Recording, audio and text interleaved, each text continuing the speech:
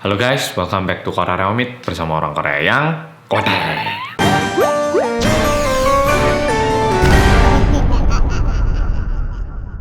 Di video Rinding Dong kali ini, aku pengen menceritakan aktivitas mistis yang sempat viral banget di Korea ya sekitar beberapa tahun yang lalu. Aktivitas mistis Mas Hansol, emang kayak apa Mas Hansol? Mungkin ada yang tanya kayak gitu. Ini bisa dibilang permainan tradisional yang sifatnya supranatural. Kalau di bahasa Indonesia kan, lebih tepatnya itu kayak jalangkung. Ngeri dewe aku isan. Nama ritual ini adalah Nahonja Sumbakokjil, yang artinya adalah peta umpet sendirian. Jadi ini adalah permainan peta umpet yang dilakukan sendirian.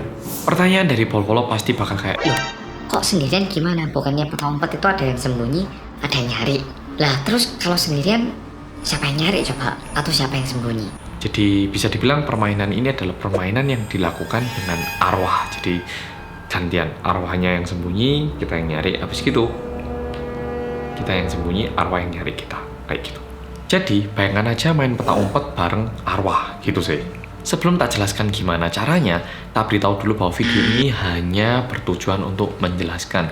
Aku tidak ingin pol-polo meniru ataupun mencoba hal-hal ini. Oke? Mohon diingat ya, oke? Aku tidak pernah menyarankan, merekomendasikan untuk mencoba ini di rumah.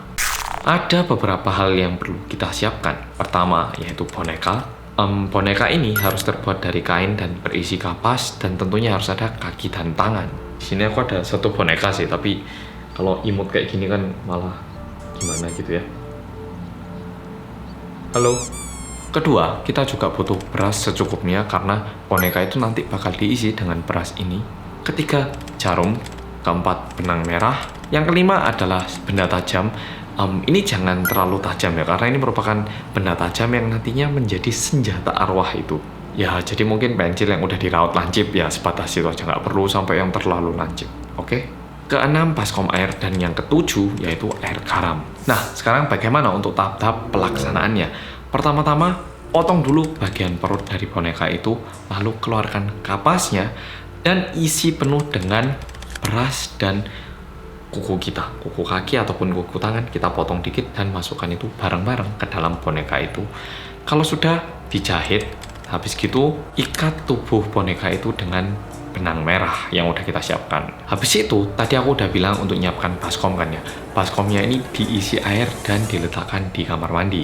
Dan terakhir, yang paling penting, jangan lupa untuk menyiapkan air garam di tempat dimana polo-polo bakal bersembunyi. Maksudnya, aku nggak menyarankan untuk dimainkan. Jadi, di tempat dimana orangnya mau sembunyi. Dan sekarang, cara main peta umpetnya kayak gini.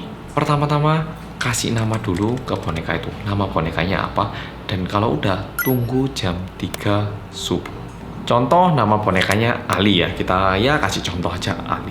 Nah, pada jam 3 subuh, kita harus teriak 3 kali kayak gini. Yang cari duluan Hansol ya, kayak gitu. Tapi namanya ya tentu sama dengan orang yang mau main permainan ini. Teriak kayak gini 3 kali pada jam 3 subuh. Kalau udah, bawa bonekanya ke kamar mandi dan rendam boneka ini di dalam baskom itu. Sesudah itu, keluar dari kamar mandi, matikan semua lampu dan nyalakan televisi saja. Jadi cuma TV yang nyala, semuanya dimatikan. Dan tutup mata, hitung dari angka 1 hingga 10. 1, 2, 3, kayak gitu. Nah, kalau udah 10, buka mata dan pergi ke kamar mandi lagi. Waktu kita menemukan bonekanya, bilang, aku sudah menemukan Ali atau ya nama boneka lainnya sebanyak 3 kali dan tusuk boneka itu dengan benda tajam yang udah kita siapkan. Setelah itu bilang, oke, berikutnya yang cari Ali ya, kayak gitu. Dan letakkan benda tajam itu di depan boneka itu. Nah, kalau udah, tinggalkan kamar mandi dan pergilah bersembunyi. Nah, momen-momen ini adalah momen-momen terjadinya kejadian-kejadian mistis katanya. Dan katanya hantunya ini bakal menggunakan televisi untuk berkomunikasi. Bisa jadi volumenya naik turun sendiri, ganti-ganti channel, sesuai dengan hal yang ingin disampaikan oleh boneka itu. Nah, ini terserah mau main berapa lama, tapi diperingatkan untuk tidak bersembunyi lebih dari 2 jam, karena kalau udah lebih dari 2 jam katanya arwahnya itu semakin kuat dan semakin bahaya. Jadi selesaikan main peta umpet ini di dalam atau kurang dari 2 jam.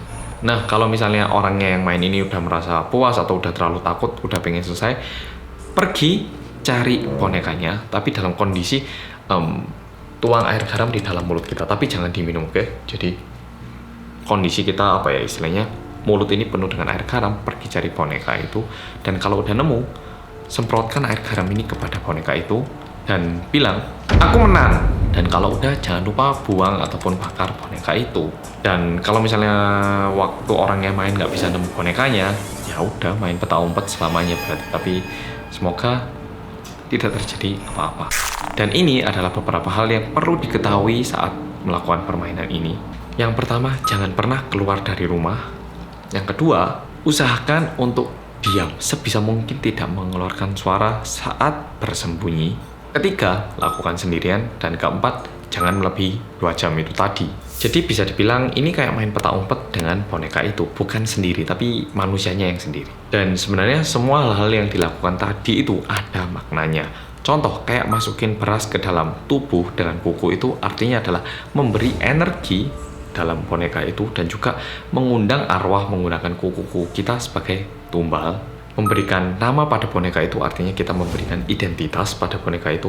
Dan waktu pertama kali kita menusuk boneka itu artinya kita mengutuk boneka itu. Jadi bisa dibilang dengan kita menusuk boneka itu menjadi marah dan pingin mencari kita saat kita bersembunyi dan berusaha untuk menusuk kita kembali. Sedangkan untuk benang dan air garam ini bisa dibilang kayak pengaman biar arwahnya ini tidak terlalu marah atau meledak-ledak. Kalau udah lebih dari 2 jam, ada kemungkinan arwahnya ini nggak mau pulang. Jadi makanya nggak boleh lebih dari 2 jam. Ya, jadi gimana? Aku dulu waktu di Indonesia pun nggak suka sih dan nggak pengen mencoba hal-hal kayak jalangkung gini. Tapi ya dibayangin aja, ngeri. Atau apalagi main kayak gini sendiri di rumah. Dan bahkan saking viralnya permainan ini, sempat ada film yang muncul, kalau nggak salah judulnya itu Honsum. Ya, peta umpet sendirian gitu.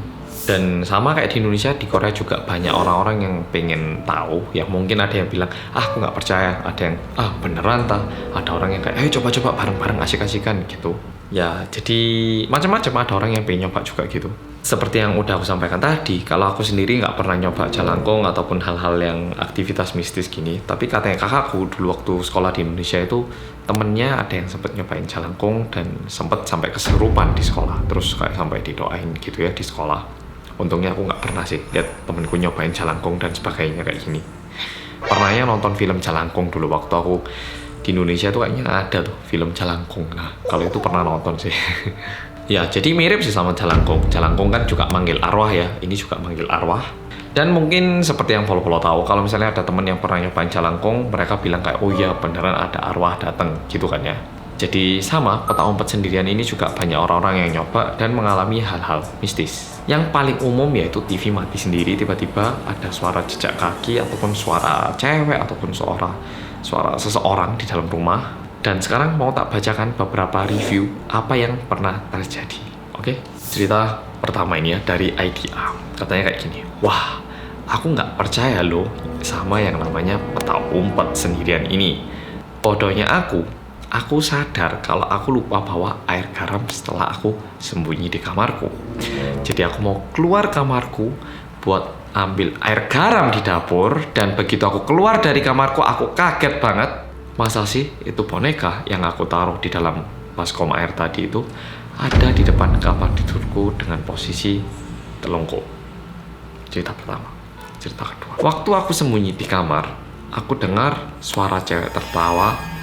Suaranya itu bikin merinding banget. Suaranya kayak terdengar dari dinding rumahku. Aku benar-benar nyesel main peta umpet sendirian. Berikutnya, ketiga ini ya. Aku penasaran, tapi aku merasa takut. Jadi aku lakuin ini sama temanku. Dan setelah aku tusuk boneka beruang itu, kita segera ke kamar dan bersembunyi. Karena takut, aku menutup mataku erat-erat. Tiba-tiba terdengar suara anak perempuan kecil di telingaku. Aku yang menjadi terlalu ketakutan membuka mata, dan aku kaget karena temanku tidak ada di sebelahku. Aku segera keluar untuk mencari temanku, dan aku kaget banget karena temanku sedang berdiri di depan cermin sambil membawa boneka itu. Pandangannya hampa, bola matanya itu kelihatan kosong banget. Dan waktu aku panggil temanku, dia diem aja, nggak merespon gitu. Aku kembali panggil dia sambil menggoyangkan pundaknya, dan baru dia menyahut dengan kaget dan kayak baru kembali untuk menyadarkan diri. Seremnya, temanku itu nggak ingat kenapa dia bisa berdiri di depan cermin membawa boneka itu.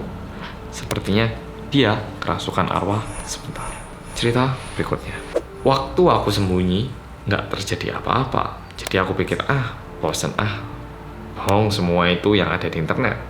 Dan waktu itu tiba-tiba aku merasa ada suara aneh terdengar dari luar kamarku. Kemudian televisi yang aku nyalakan tiba-tiba terdengar berbeda, seakan ada orang yang memutar channelnya atau mengganti channel. Dan melalui televisi terdengar suara, "Di mana kamu?" Aku jadi takut sekali. Kemudian aku juga dengar suara cewek yang tertawa terbahak-bahak. Tapi yang bikin aku lebih serem itu, suara ketawa itu lebih mirip sama ketawaku. Aku memutuskan untuk menghentikan peta umpet sendirian dan aku segera keluar dari kamarku untuk menuju kamar mandi. Begitu keluar dari kamarku, aku hampir pingsan karena yang terinjak di kakiku adalah boneka Pooh yang seharusnya ada di dalam baskom air aku tadi taruh di kamar mandi. Bahkan pensil lancip yang aku taruh di samping boneka itu entah kenapa tertusuk di tangannya. Aku benar-benar ketakutan sampai aku mau keluar rumah aja. Tapi aku takut kalau aku tidak menyelesaikan peta umpet sendirian itu dengan proses yang benar, arwah itu akan terus tinggal di rumahku. Jadi sambil menahan ketakutan, aku menyelesaikan peta umpet sendirian. Satu saranku, jangan pernah main-main sama ini. Ini bukan permainan. Berikutnya, ini lumayan ngeri ya. Aku baca ini jadi ngeri, mulai gelap lagi. Adikku baca di internet dan dia melakukannya karena penasaran. Saat dia bersembunyi, tiba-tiba ada orang menggedor-gedor pintu kamar tempat adikku sembunyi. "Woi, wanita jalang. Aku tahu kamu di situ. Buka pintu, buka pintu." Mungkin saja adikku berhalusinasi karena terlalu takut, namun melihat mukanya yang ketakutan itu, aku yakin kalau dia itu nggak bohong. Adikku yang ketakutan membeku diam di tempat tanpa bisa mengeluarkan suara apa-apa. 1 jam setelah itu, adikku memberanikan diri untuk keluar dari kamarnya. Ternyata pisau yang adikku taruh di samping boneka itu malah tertancap di lantai dapur, dan boneka yang seharusnya ada di kamar mandi malah jatuh di depan kamar adikku. Seremnya lagi, benang merah yang tadi digunakan untuk mengikat boneka itu udah terputus-putus di dalam baskom air itu tadi. Jadi jangan coba-coba mainkan ini. Dan setelah kejadian itu, katanya adiknya itu agak bertingkah aneh, kayak kadang itu ngomong-ngomong kasar sendiri, dan ekspresinya itu nggak kayak adiknya, nggak kayak sebelumnya. Ya kayak seakan-akan bukan adikku katanya. Aku benar-benar menyesal kenapa aku tidak mencegah adikku saat dia bilang penasaran banget dengan peta umpet sendirian ini. Tapi tentunya nggak semua orang mengalami hal yang sama. Ada yang nggak apa-apa, ada yang tidak kejadian apa-apa. Jadi jangan terlalu khawatir. Pesanku kali ini adalah jangan coba-coba main sama permainan yang kita nggak tahu apa resikonya. Dan ya, jangan takut sama boneka. Oke? Jadi video kali ini sampai sini. Dan sampai jumpa di video berikutnya. Oke Rek, makasih sudah nonton. Apakah video kali ini juga bikin follow-follow takut? Kalau iya, bilang apa? Rinding dong. Oke, follow-follow, makasih sudah nonton. Dan sampai jumpa di video berikutnya. Bye-bye. Dadah.